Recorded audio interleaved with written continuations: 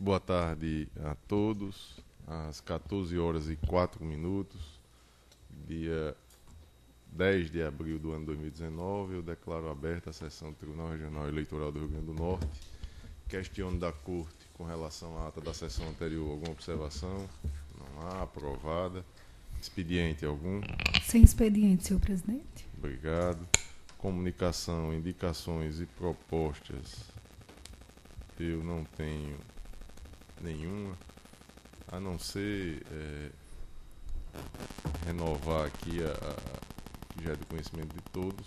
Na próxima semana temos a despedida do Dr. Luiz Gustavo aí, e a Corte é aberta aí a sugestões para eventual... Terça-feira é o último dia, né? Terça-feira é o último dia de expediente da próxima semana. E também é a última sessão. A última sessão do Dr. Luiz Gustavo. Não é isso que eu estou dizendo? Então, isso mesmo. Já para ir planejando aí, doutor Luiz.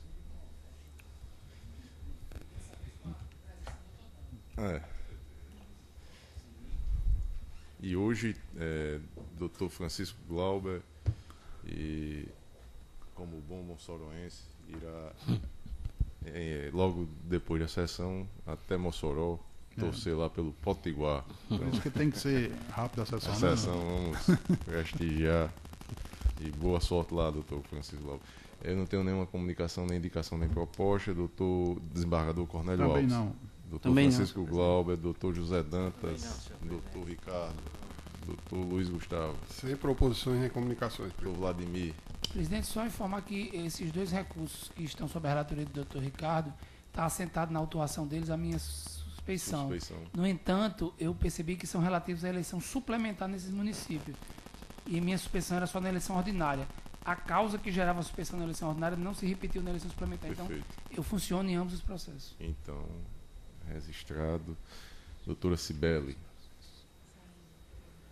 Sem comunicação, nem indicação, nem proposta. Encerrada essa etapa, vamos aos julgamentos. E o doutor Ricardo pediu preferência no... Identifica... Tem o meu. Mas tem urgência? Pode ser? Então vamos lá. Então é o prestação de contas número 32, dígito 82, do ano 2016. O relator é o desembargador Cornélio Alves, requerente Partido Popular Socialista, órgão estadual. Advogado doutor Doni Alisson, requerente Valber Lopes Pinheiro Júnior, presidente da agremiação. O advogado é o mesmo. Requerente Henrique Eufrásio de Santana Júnior, tesoureiro, e o mesmo advogado. Prestação de contas, o exercício é o do ano 2015. Está em mesa, desembargador Cornélio? Sim. Vossa Excelência tem a palavra. O relatório trata-se de prestação de contas relativa ao exercício financeiro de 2015 do Partido Popular Socialista, PPS, formulada pelo Diretório Estadual. Por 3 vezes, a Seção de Análise de Contas Eleitorais e Partidárias manifestou nos autos: 1. Por relatório de exame preliminar, número 80, 2017, em que solicitou diligência quanto às falhas apontadas. 2. Por relatório para expedição de diligências, número 114, em que solicitou esclarecimentos acompanhados das devidas retificações de documentos fiscais hábeis. 3. Por parecer técnico, número 41, em que manifestou pela desaprovação das contas. Foram as seguintes falhas apontadas pela unidade técnica: 1. Ausência ou desconformidade de assinatura de algumas peças integrantes da prestação de contas. 2. Irregularidades na comprovação das despesas custeadas pelo recurso do fundo partidário, no montante de R$ 12.024,60. A Procuradoria Regional Eleitoral opinou pela desaprovação das contas apresentadas, sugerindo a aplicação à agremiação em questão da sanção de suspensão de recebimento de novas cotas ao fundo partidário e recolhimento de R$ 12.024,60 ao Tesouro Nacional, em razão da aplicação irregular de recursos obtidos do fundo partidário. É o relatório. Em discussão, doutora Cibele, aprovado o relatório. Doutora Cibele, tem a palavra. Senhor presidente, senhor relator, senhores juízes, senhoras e senhores, O Ministério Público ofertou, no caso, um parecer pela desaprovação das contas e mantém esse entendimento. Apenas com relação a um fundamento, no parecer, o Ministério Público entendeu com relação à locação que, apesar dos recibos estarem sem assinatura do locatário, isso não consistiria isoladamente numa falha grave. Ocorre que, revisando os autos, relendo, né, o caso para a sessão de julgamento, eu acessei fontes abertas de pesquisa e constatei que a empresa, que era a locatária, a Democracia Contratos e Serviços Administrativos, ou seja, era um prédio dessa empresa que o partido alugava, possui como sócia a filha do presidente do partido. Então, os dados estão no Google, o nome da empresa é Democracia Contratos e Serviços Administrativos, e a sócia é Laura Helena Lima Pinheiro, que é de conhecimento de todos, filha de Valber Lopes Pinheiro Júnior. Então, para não me basear só nisso, eu pedi um relatório à nossa assessoria de pesquisa e análise para não fazer afirmações levianas. E, de fato, a nossa assessoria disse, inclusive, que a sede da empresa é a sede do partido, confundindo-se a locatária com a locadora. Então, eu modifico o meu parecer aqui nessa sustentação oral apenas para dizer que considero, sim, irregular a alocação e a prestação de contas com relação a esse serviço de locação. Causa muita estranheza o fato da empresa alugar a própria sede a um partido político, ficando sem local físico de funcionamento. Deixa transparecer indícios de que essa empresa é de fachada, que foi criada com o exclusivo propósito de servir fictamente aos interesses dessa agremiação partidária, que é presidida pelo pai da sócia, e tudo isso, entendo eu, merece ser apurado, já que as verbas manuseadas pelo partido são verbas federais do fundo partidário. Esse aluguel se dá desde 2013, e eu gostaria de comunicar que, diante disso, eu determinei, na data de hoje, a extração de cópias desses autos e o seu posterior envio ao NCC, ao Núcleo de Combate à Corrupção da Procuradoria da República em Natal, para apurar a possível prática de ato de improbidade administrativa ou até ilícito criminal por parte daquele dirigente partidário, porque os recursos, como eu já disse, são advindos do fundo partidário, verba pública federal, atrai a atribuição do Ministério Público Federal para apurar a malversação daquela verba. E, nesse sentido, eu cito aqui 2 precedentes do TRF-5,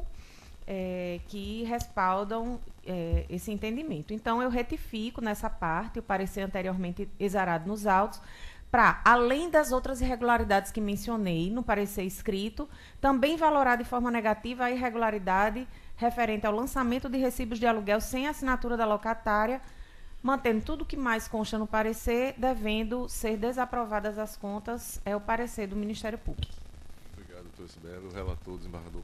Tá bom. De início, eu quero só dizer que o que a doutora Sibeli falou aqui não está nos autos, não é isso, doutora? Não está. Foi pesquisa... Consta a empresa, consta. E o seu quadro societário. Claro, isso aí tudo bem, mas que é filha, que é de partido, nada disso consta aqui não. Foi pesquisa que Vossa Excelência fez no Google. Em fontes abertas no Google, mas a empresa é da filha. Bem. É um fato público e notório, né? Eu não digo que eu não conheço a filha, nem eu conheço o Valber, mas os outros não. Então, naquela parte que interessa, quanto ao item 1 do relatório, as irregularidades indicadas pelo órgão técnico consistem na assinatura de documentos contábeis com oposição da expressão que eles colocam por, né, abre aspas, P. Em outros termos, a SASEP constatou que alguns documentos contábeis foram assinados no campo destinado ao presidente da agremiação por pessoa diversa, sem a devida identificação dos autos. De fato, observa com os fundamentos que os documentos de folhas 4973 e 100 não foram assinados pelo mencionado dirigente da agremiação, contrariando o artigo 29 para a segunda resolução 23.432 do TSE. Contudo, as referidas falhas são impropriedades formais incapazes de alterar o conteúdo dos demonstrativos contábeis, sem qualquer prejuízo quanto à transparência e confiabilidade nas contas, conforme o entendimento sedimentado neste tribunal. Eu cito aí um julgamento. Apontou a SASEP a existência de irregularidade na comprovação das despesas custeadas com recursos do fundo partidário. Item 2 do relatório, né, que foi mencionado, comprometedoras das contas apresentadas. A. Despesa com locação de imóvel. Letra B. pagamento de encargos sociais com acréscimo de multa e juros. C, pagamento de juros em encargos moratórios. Letra D, ausência de documento comprobatório de despesa no valor de R$ 152,87 e gasto com combustível sem registro de veículo do partido ou cessão para uso do partido.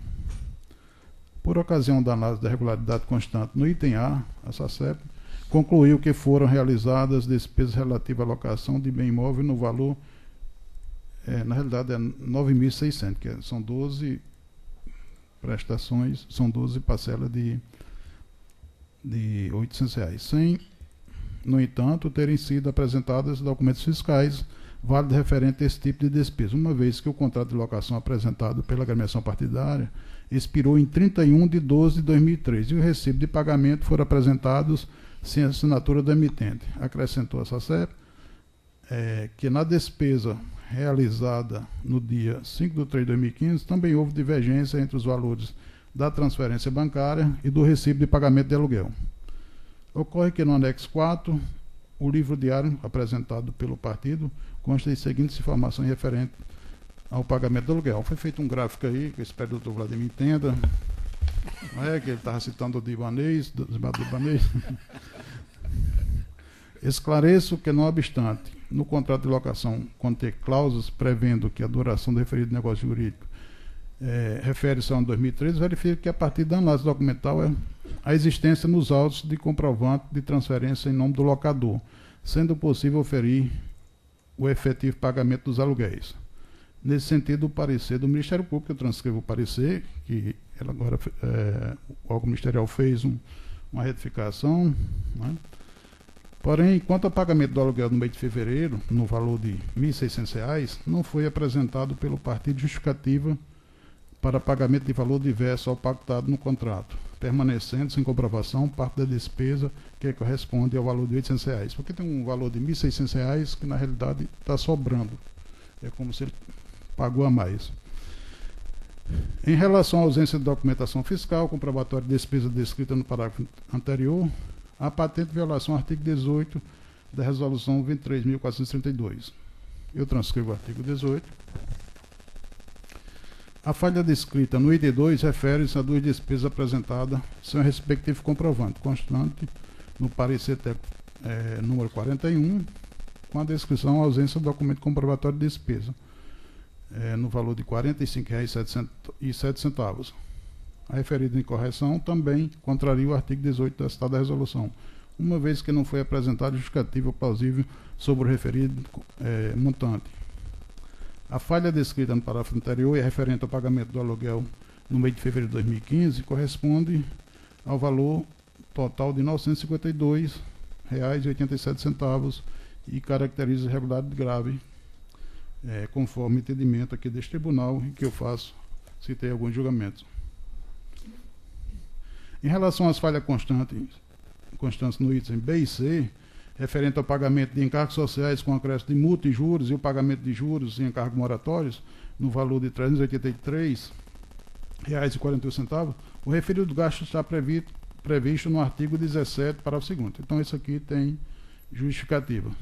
No tocante ao gasto com combustível, foi registrado na prestação de contas o valor de R$ 6.688,32, pago com recurso do fundo partidário, sem respectivo registro de veículo na prestação de contas. Tal incorreção contraria os artigos 9 e 17, parágrafo 1º da Resolução 23.432 do TSE. A legislação elenca os gastos que podem ser realizados com recurso do fundo partidário. Contudo, uma despesa com combustível sem a vinculação ao veículo utilizado pelo partido impossibilita o seu enquadramento nas hipóteses previstas do parágrafo 1º do artigo 17 da citada resolução. A realização de gastos com combustível é decorrente de uma despesa ou doação estimável em dinheiro com veículo. Logo, há possível omissão de despesa nas contas apresentadas pelo partido. Assim, tal lacuna fere a credibilidade e transparência das contas prestadas pelo partido, uma vez que não reflete a real movimentação financeira se revestindo de irregularidade grave e insanável. Eu cito a jurisprudência. Uma que a doutora Berenice foi relatora. e outra do TRE de Minas Gerais. Posto isso, diante das irregularidades apontadas no item A, referente ao mês de fevereiro de 2015, D e E a falha formal constante no item I, resta indiscutível o prejuízo à efetiva fiscalização das contas pela Justiça Eleitoral, inviabilizando a aplicação na espécie dos princípios da proporcionalidade e razoabilidade, sendo medida impositiva a desaprovação contábil das contas com suspensão de novas cotas do fundo partidário, conforme disposto no artigo 37 da Lei nº 1096, o qual há de ser aplicado nos termos da redação anterior à Lei 13.165/2015, conforme o entendimento já assentado no TSE, a apreciar a questão de ordem no ED, PC, embargo de declaração e embargo de declaração em prestação de contas, número 96.183, sob a relatoria do ministro Gilmar Mendes. No tocante à dosometria da sanção a ser aplicada, ante as irregularidades verificadas e sua gravidade, entendo razoável e proporcional que seja fixada pelo período de 4 meses, conforme a resto do Tribunal Regional Eleitoral. Acrescento que, diante da aplicação irregular de recursos obtidos no fundo partidário descrita no item A, referente ao mês de fevereiro de 2015, D e E, a agremiação partidária deve recolher ao erário o valor de R$ 7.641,19, conforme jurisprudência do Tribunal Superior Eleitoral, abaixo transcrita. Ante o exposto, em consonância com o parecer da Procuradoria Regional Eleitoral, voto pela desaprovação das contas do Diretório Estadual do Partido Popular Socialista, referente ao exercício financeiro de 2015, com suspensão das cotas do fundo partidário pelo período de 4 meses, nos termos do artigo 48 da Resolução 23.432, combinado com o artigo 37, parágrafo 3º da Lei 9.096, bem como o recolhimento do valor de R$ 7.641,19 ao Tesouro Nacional, em razão da aplicação irregular de recursos obtidos do fundo partidário. É como voto. Doutor Francisco Lauber. Com relator, senhor presidente. Doutor José Dantas. Com relator, senhor presidente. Só que eu queria fazer uma observação. Observação em relação à suspensão das cotas do fundo partidário. Diante da quantidade de irregularidades encontradas, e diante da informação do Ministério Público, eu subiria o período para 6 meses. Então eu voto, acompanho o relator, apenas aumentando o período de suspensão das cotas do fundo partidário para 6 meses. Perfeito. Doutor Ricardo. Presidente, a mesma preocupação externada pelo doutor Zé Dantas é a que eu estava aqui a me deter. Eu quero crer que, pela quantidade de irregularidades, acho que se a gente fixar em 4 meses, nós fixarmos assim, talvez fuja até de algumas outras situações anteriores. Então eu vou acompanhar. As irregularidades seriam só a do combustível, né, que não prestação de conta, e 2 recibos, de valor de R$ 150, e mais um aluguel a mais que ele depositou, mas não conseguiu identificar que mês foi. Não? Eu entendo o valor. Essa que ele falou aqui, a procuradora falou, não tem nos autos, não. Não, eu compreendo e na verdade, não estou me posicionando assim por força da alteração. Certo, eu estou só esclarecendo. Só pra... Perfeito, Valor. Eu quero crer, não sei se o doutor Zé Dantas pode me ajudar, que a ponderação que foi feita em relação a esses 6 meses não é nem em relação ao valor monetário identificado, é a quantidade mesmo, é o número, né? São 3 irregularidades. Exatamente, a gente percebe nos autos, eu estive observando aqui, que parece que é uma mistura, como sempre ocorre, do diretor, do presidente do partido se tornar o proprietário. Exato. E é uma mistura do público com o privado, o que é preocupante. Eu acredito que em algumas situações a gente tem que começar a pensar diferente. Então, Perfeito. Por isso que na questão da suspensão, que até então eu pensava em 9 meses, como uma questão até de justiça, porque o fundo partidário ele teve um reajuste substancial em função do fundo partidário, então 6 meses eu acredito que seja um período ideal e justo. Perfeito. Eu só esclarecendo de novo, a tréplica, como se diz. Eu fiz os 4 meses, não tenho nada contra os 6, se o tribunal entender assim, eu até adiro, mas foi feito com base nos julgamentos daqui. Doutor Ricardo acompanha doutor Zé Dantas. Mas eu vou então evoluir para acompanhar a proposição do doutor Zé Dantas, fixando em 6 meses. Doutor Luiz Gustavo. Acompanho o relator, senhor presidente. Doutor Vladimir Capistrano. Senhor presidente, pelo que eu entendi do voto, o contrato de locação, a locação do imóvel no ano 2015, ela não foi formalizada mediante contrato. Ela se prorrogou. Existia um contrato de 2013 que foi tido como prorrogado. Eu me lembro de um processo da relatoria do doutor André, em que existia uma situação absolutamente igual a essa, e que o entendimento da Corte, e eu acompanhei o entendimento do doutor André, o entendimento da Corte é que, como se trata de despesa custeada com verba pública, com recurso público, não pode haver a contratação sem a formalização do contrato. Teria que ter, para cada exercício, um contrato específico, ou pelo menos 2 contratos que, no total dele, todo o exercício tivesse coberto. Ou seja, a inexistência de formalização da contratação, da locação no ano de 2015 torna ilícito todos os pagamentos relativos àquele contrato. Eu lembro bem, eu não lembro de qual partido nem de qual exercício, mas eu lembro bem desse julgamento e que foi da relatoria do doutor André. Então eu vou divergir do relator nesse ponto para considerar ilícito todos os pagamentos relativos à locação do imóvel, porque não há formalização da contratação, e determinar que seja devolvido também todos os valores relativos à locação do imóvel. E voto no sentido de impor os 6 meses de suspensão, além desse acréscimo. Além do que o relator já determinou de devolução, também todos os valores pagos a título de locação do imóvel. Não, é o meu voto quanto a... Na verdade, não chega a ser questão de ordem, porque não é questão de ordenação de julgamento, é questão só de posicionamento no voto. É algum celular que está perto de algum microfone.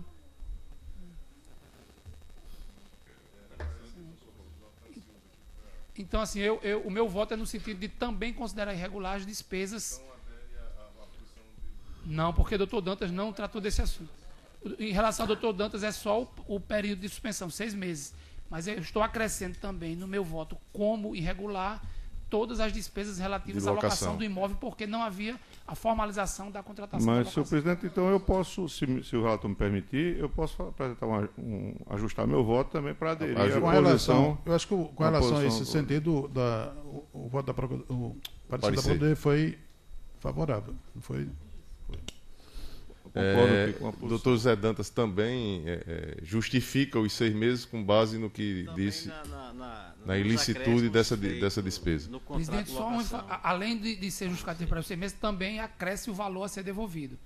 Porque, nesse caso... Somatório dos 12 meses. Dos 12 meses de aluguel também... Vossa Excelência tem o valor já? É 800 vezes 12, R$ 9.600. Não, porque na verdade o relator não determina a devolução dos 1.600, só do excedente. Aí eu estou todo o valor que foi pago a título de locação. Algum outro... Senhor presidente, eu vou retificar meu voto, o julgamento não está concluído.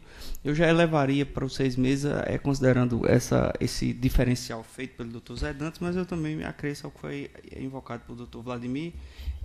Realmente o colegiado teve nesse julgamento, às vezes a gente julga e não tem a memória exata, né? Mas teve essa preocupação também. Então, só pelo argumento do doutor Zé Dantas, no que tange ao conjunto das coisas, ao conjunto dos gastos, eu já acrescentaria para 6 meses. Com o acréscimo de Vossa Excelência, eu já aumentaria para uns 8 meses. Senhor presidente, eu também quero retificar meu voto por esse sensível argumento aqui do doutor Vladimir, no sentido do contrato, da ausência de contrato válido. Foi muito bem ponderada essa colocação e realmente lembra de um precedente dessa Corte. Então, eu com também essa consideração, eu também vou me aderir e fico como relator também. Perfeito. Pronto, então, processo julgado à unanimidade, nos termos do voto do relator, e o acórdão fica para a leitura na sessão seguinte, com as adequações necessárias. Vamos adiante. E aí, doutor Ricardo tem 2 processos. Vossa Excelência, doutor Ricardo, pode identificar aquele que tenha a prioridade? Perfeito. Já... É o recurso eleitoral 643/2019, procedência pacífica, trata de recurso concernente a registro de candidatura. recorrente, coligação pacífica continua crescendo. Recorrido Partido da Social Democracia Brasileira, PSDB, recorrido coligação Unidos para Mudar. Vamos ao relatório.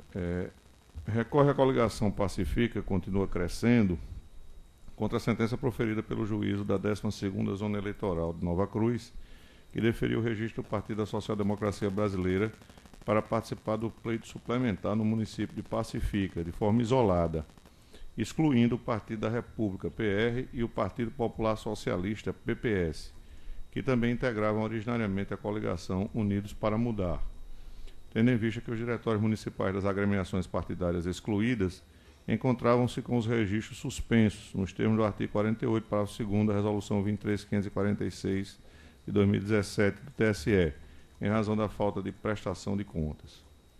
Então foi essa a motivação. Em suas razões recursais, a coligação recorrente alega que, diante da impossibilidade do PR e do PPS de participarem da coligação recorrida para concorrer ao pleito suplementar do município de Pacifica, não poderia o PSDB concorrer de forma isolada, pois, além de não haver deliberação nesse sentido nas convenções partidárias, não poderia subsistir coligação com apenas um partido. Intimada, a coligação Unidos para Mudar apresenta contra-razões, pugnando pelo desprovimento do recurso e pela condenação da agremiação recorrente por litigância de má-fé. Nesta curta, a Procuradoria Regional Eleitoral suscitou a ilegitimidade ad causam da coligação impugnante. No mérito, manifestou-se pelo desprovimento do recurso e ao relatório. Em discussão, aprovado o relatório, como vota Vossa Excelência. Principiando aqui pela arguição preliminar do Ministério Público, assim eu digo, a Procuradoria Regional Eleitoral suscita preliminar de ilegitimidade ativa da coligação impugnante. Coligação pacífica continua crescendo.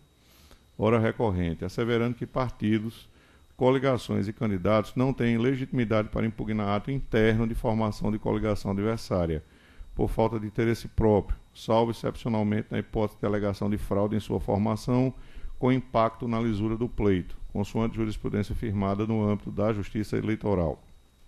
Contudo, ao observar os autos, verifica-se que a impugnação manejada pela coligação pacífica continua crescendo, não questiona a formação da coligação adversária, coligação Unidos para Mudar, como fruto de uma decisão interna corporis desta, a ensejar a falta de interesse próprio da recorrente para a demanda, mas sim a regularidade dos partidos que a integram, a saber, o PPS e o PR, e, consequentemente, a possibilidade de lançarem candidaturas pela coligação, sendo tal discussão plenamente possível em sede de impugnação promovida por coligação concorrente, por não envolver propriamente ato interna corporis ou descumprimento de regras estatutárias. Com isso, resta evidente a legitimidade ativa da coligação impugnante, recorrente, em relação à presente demanda, razão pela qual eu estou rejeitando a preliminar suscitada. Como voto?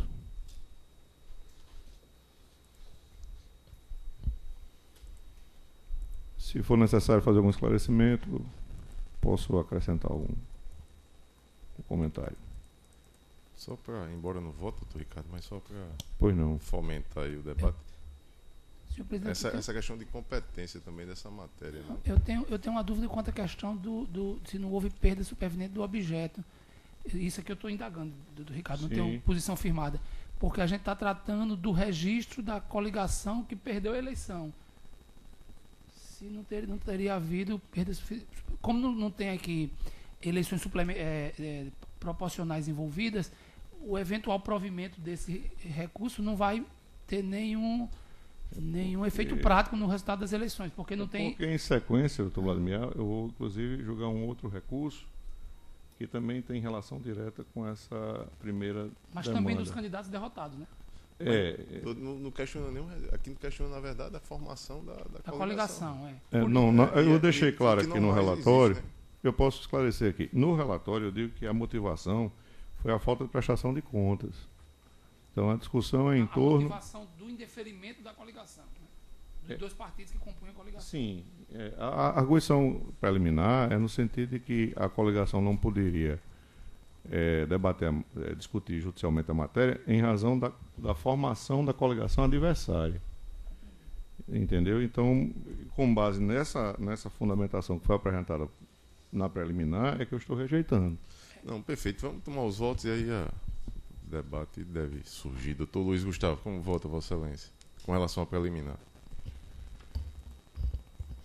O que, doutor Ricardo, eu estou realmente precisando de um esclarecimento. O que o doutor Ricardo coloca no seu voto é no sentido de que ele rejeita a preliminar porque entende que, por não se tratar de matéria atinente à própria formação da coligação, exato, então a legitimidade seria possível, existente, seria possível em relação a um outro partido que fosse concorrente, a uma outra coligação concorrente. Porque o debate se dá em torno de irregularidades que foram observadas individualmente em relação ao diretório municipal do partido. Não é a formação de da dois coligação. Partidos aqui no Exato, caso. são aqui já referenciados. Não é a formação da coligação não, como um todo. Exatamente. Então não se questiona a coligação, questiona que esses dois partidos, por razão de suspensão, exatamente, não poderiam integrar a coligação porque eles não estão aptos a integrar.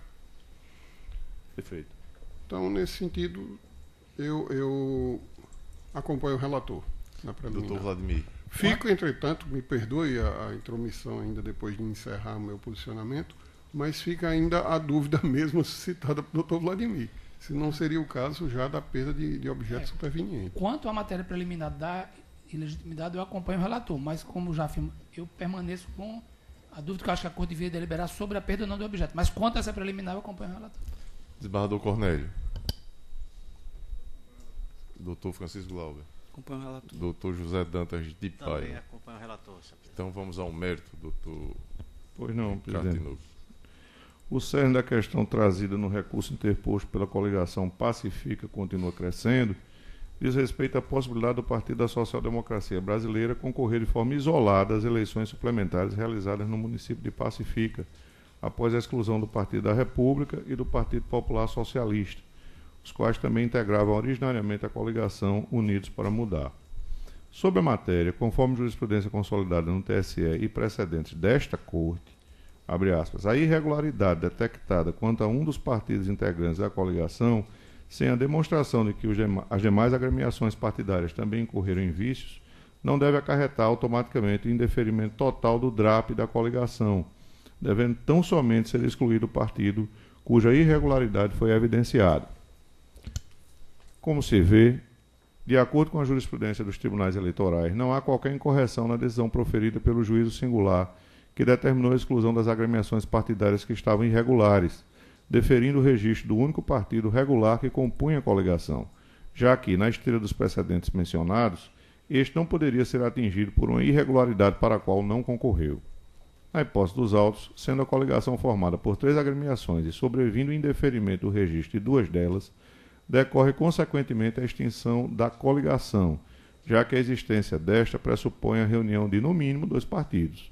Contudo, ao contrário do que defendem os recorrentes, não há qualquer óbice ao deferimento do registro do partido remanescente que preencha os requisitos legais para concorrer ao pleito. E aí eu cito um precedente aqui advindo do Tribunal Regional Eleitoral de São Paulo e sequencio dizendo, por fim, também não merece prosperar o argumento da recorrente no que diz respeito à inaptidão absoluta da coligação recorrida, com extensão incondicional a todos os partidos integrantes, pois conforme pontuado pela Procuradoria Regional Eleitoral no parecer de folhas, abre aspas, não se pode perder de vista que a extensão da irregularidade detectada em relação a 2 dos partidos políticos participantes da coligação a outro considerado regular acaba por afrontar o princípio do pluripartidarismo, como consectário do pluralismo político assegurado constitucionalmente. Artigo 1º, inciso 5º da Constituição Federal. Por outro lado, quanto ao pedido de condenação por litigância de má-fé formulado pela coligação recorrida, entendo que não restou demonstrada nos autos a existência de má-fé ou de exercício abusivo do direito de ação em relação à coligação recorrente, tampouco se vislumbra na sua atuação conduta processual voltada a causar dano à parte adversa ou mesmo lito temerário. Ademais, vale dizer que a eventual inviabilidade jurídica da tese defendida pela parte não pode ser tomada como litigância de má-fé, especialmente quando não restou demonstrada a presença de atitude abusiva da parte no manejo do processo. Dessa forma, não comprovado o dolo, para fim de caracterização da litigância de má-fé, descabe a aplicação da multa prevista no artigo 81. E aqui eu quero até acrescer que, para a tipificação da litigância de má-fé, hoje nem há mais esse rigor da demonstração do elemento subjetivo. Portanto, bastaria que houvesse a prática de alguma conduta contraditória que viesse a identificar a violação da boa-fé objetiva. Quero acrescentar o voto para não parecer que eu ainda estou aprisionado ao modelo ultrapassado de exame relativo à litigância de má-fé. Com essas considerações, em consonância com o parecer do Ministério Público Eleitoral, nego provimento ao recurso, mantendo a decisão que diferiu o pedido de registro do Partido da Social Democracia Brasileira. É como eu voto. No mérito, alguma divergência? Tem divergência. Então, processo julgado à unanimidade nos termos do voto do relator. O outro, terceiro e último, é também na relatoria do Dr. Ricardo Tinoco. É o recurso eleitoral número 7, dígito 28, o ano é 2019. A origem é a 12ª Zona Eleitoral.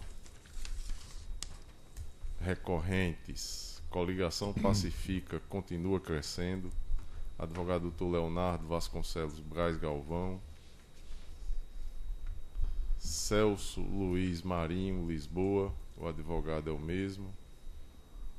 Recorrido Cibele Fonseca Jorge, advogado Dr. Dijaí Claudiano da Silva e outros. Edson Pereira Padilha, advogado é o mesmo. Não, desculpe. Dr. Daniel Monteiro da Silva. E o processo está em mesa, doutor Ricardo? Está em mesa. Vossa Excelência tem a Pois não. Recorrem a coligação Pacifica continua crescendo e Celso Luiz Marinho Lisboa contra a sentença proferida pelo juízo da 12ª Zona Eleitoral, Nova Cruz, que, desacolhendo a impugnação dos recorrentes, deferiu o pedido de registro de candidatura de Cibele Fonseca Jorge e Edson Pereira Padilha aos cargos de prefeito e vice-prefeito, respectivamente, para a participação do pleito suplementar no município de Pacifica pelo Partido da Social Democracia Brasileira, PSDB. Em suas razões recursais, os recorrentes alegam que, diante da exclusão do PR e do PPS da coligação Unidos para Mudar, para participar do pleito suplementar nos autos do DRAP, inclusive referenciado anteriormente, número 643/2019, 620/0012, não poderia o PSDB concorrer de forma isolada e, em consequência, não poderiam participar do pleito os candidatos por ele indicados, ora recorridos. Intimados, os recorridos não apresentaram contrarrazões, consoante certidão de folhas. Nesta corte, a Procuradoria Regional Eleitoral manifestou-se pelo conhecimento e desprovimento do recurso e ao relatório. Em discussão, aprovado o relatório. Como vota Vossa Excelência? Pois não. Pretendem os recorrentes discutir nos autos de registro de candidatura individual supostas irregularidades na formação da coligação Unidos para Mudar, que, conforme decisão proferida nos autos do DRAP, já identificado, ensejaram a exclusão do PR e do PPS da mencionada coligação, com o consequente deferimento do Partido da Social Democracia Brasileira, PSDB, que também integrava a coligação originariamente para concorrer de forma isolada às eleições suplementares realizadas no município de Pacifica.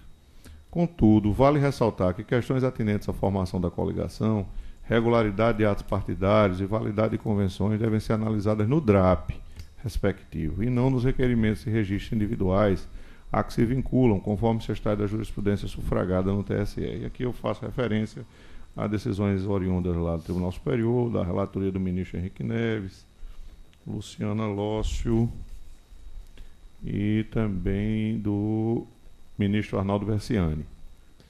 E complemento. Na hipótese em tela, o juiz de primeiro grau, na decisão recorrida, deferiu o pedido de registro de candidatura dos recorridos Cibele Fonseca Jorge e Edson Pereira Padilha aos cargos de prefeito e vice-prefeito de Pacifica para as eleições suplementares, os quais concorreram pelo PSDB, cuja regularidade e aptidão para a participação naquele pleito foi reconhecida nos autos do mencionado DRAP. Sendo assim, diante do deferimento do PSDB para participar das eleições suplementares no mencionado DRAP, sem o acolhimento dos argumentos de inaptidão do PSDB para concorrer de forma isolada, não cabe, no presente requerimento de registro de candidatura individual, a reanálise da mencionada questão, por ser matéria atinente ao DRAP e nele já ter sido discutida. Com isso, em consonância com o parecer do Ministério Público Eleitoral, nego o provimento ao recurso, mantendo a decisão que deferiu o pedido de registro de candidatura de Cibele Fonseca Jorge e Edson Pereira Padilha, respectivamente aos cargos de prefeito e vice-prefeito no pleito suplementar do município de Pacifica. É como eu voto. Doutor Luiz Gustavo, como vota Vossa Excelência? Acompanho o relator, senhor presidente. Doutor Vladimir, desembargador Cornélio. Também. Idem. Com o relator, senhor presidente. Obrigado. Proclamo o resultado. Tribunal, unanimidade, negou provimento ao recurso nos termos do voto do relator. Às 14h43, eu declaro encerrada a presente sessão. A nossa sessão de amanhã, às 14 horas, não é isso?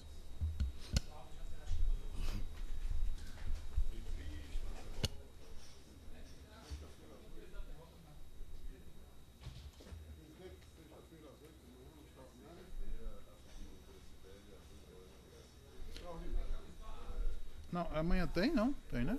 Amanhã,